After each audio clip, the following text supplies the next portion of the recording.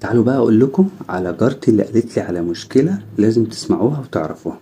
جارتي بتقول لي ايه، ليا واحدة متجوزة من 10 سنين، دي كانت ساكنة في شقة ايجار، فضلت تدبر من ورا جوزها واشترت شقة وسكنت جنبها، وفضلت تدبر له تاني من فلوسه واشترت له شقة تاني.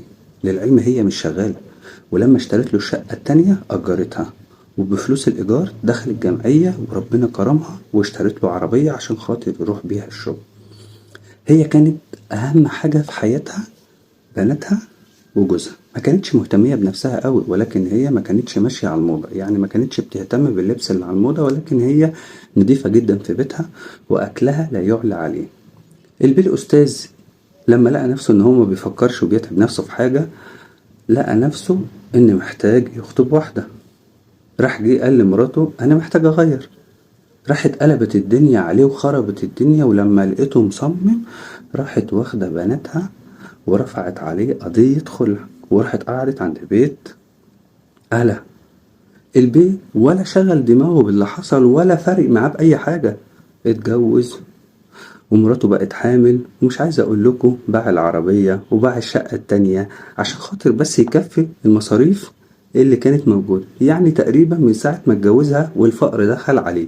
انا نفسي لما بقيت اشوفه في الشارع اقول ايه ده، هو ده اللي كان بيلبس هدوم مكوية ونضيفة نزل عليه سهم الله. انا ما بقتش متخيلة ان ده الشخص اللي كان ساكن جنبنا، مش متخيلة هو ايه اللي حصل له. وهو بقى كل ما يشوف اي حد عندنا يقعد يكلم الناس يقول لهم انا ما عنديش مشكلة ارجع لمراتي، حتى لو هي عايزاني ابوس رجليها، اعملوا اي حاجة عشان خاطر ارجع لها. وهي رافضة رفض تماما، وقالت انا مش هرجع له. الإنسانة الطيبة اللي كنت شايفاها طيبة في يوم من الأيام تحولت بقدرة قادر شخص لا يمكن التفاهم معاه تماما، وقالت أنا مش عايز أشوفه ولا عايز أعرفه. تفتكروا هي المفروض غلطانة في حاجة زي دي، ولا المفروض ان هي ترجع عشان خاطر بناته الاتنين هيموتوا على باباه مش قادرين يعيشوا من غيره؟ فانا بعت لحضرتك وبقولك على جارتي اللي جنبي هي اللي فيه ده، المفروض ترجع له ولا ما ترجعلوش؟ طيب خليني في البداية افكر حضرتك، لو حضرتك بتتفرج عليا من الفيسبوك ما تنساش تعمل لايك وتشير الفيديو لو الفيديو عجبك. اما لو حضرتك بتتفرج عليا من اليوتيوب فما تنساش تشترك في القناة وتفعل زر الجرس عشان يوصلك كل جديد. خلينا في البداية نصلي على النبي صلى الله عليه وسلم. ده ينطبق عليه، محدش بيعرف قيمة الحاجة إلا لما بتروح منه.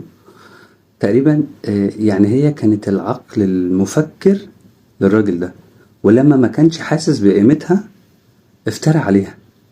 اعتقد ان من النادر جدا ان تلاقي راجل آه، بتاخد مراته مبلغ قليل منه وبتدبر له بيه، اشتريت له بدل الشقة 2 وجابت له عربية يروح بيها شغله.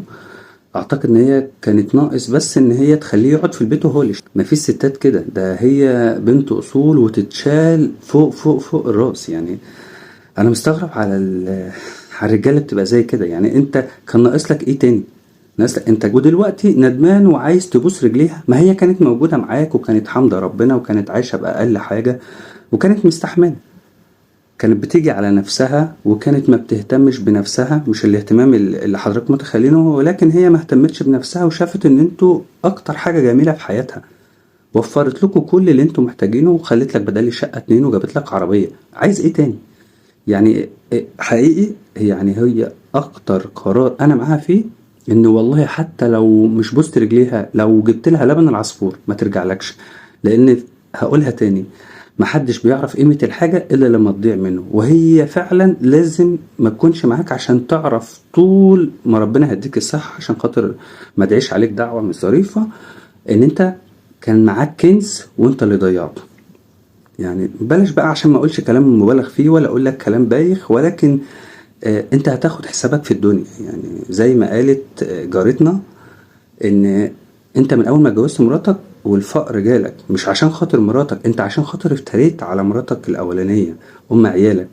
البنات هيموتوا عليه لا ما ترجعلوش. والله هم عايزين يشوفوه يروحوا له، ما تمنعهوش، ما تمنعش بناتها ان هم يروحوا يشوفوا باباهم. لا ده باباهم زي ما هي امهم بالظبط، ولكن هي لا خلاص الموضوع منتهي، هي بقى تشق حياتها وتكون نفسها من اول وجديد، وزي ما هي قدرت ان هي تبني بيت واتنين وتجيب عربية، هي هتقدر فعلا تاخد بالها من بناتها وهتعرف تخليهم في احسن مكان. واكيد الناس ممكن تكون ليها رأي تاني، وانا برد على كل الكومنت بتاعت الناس واستنى تعليقاتكم عشان خاطر ارد عليها.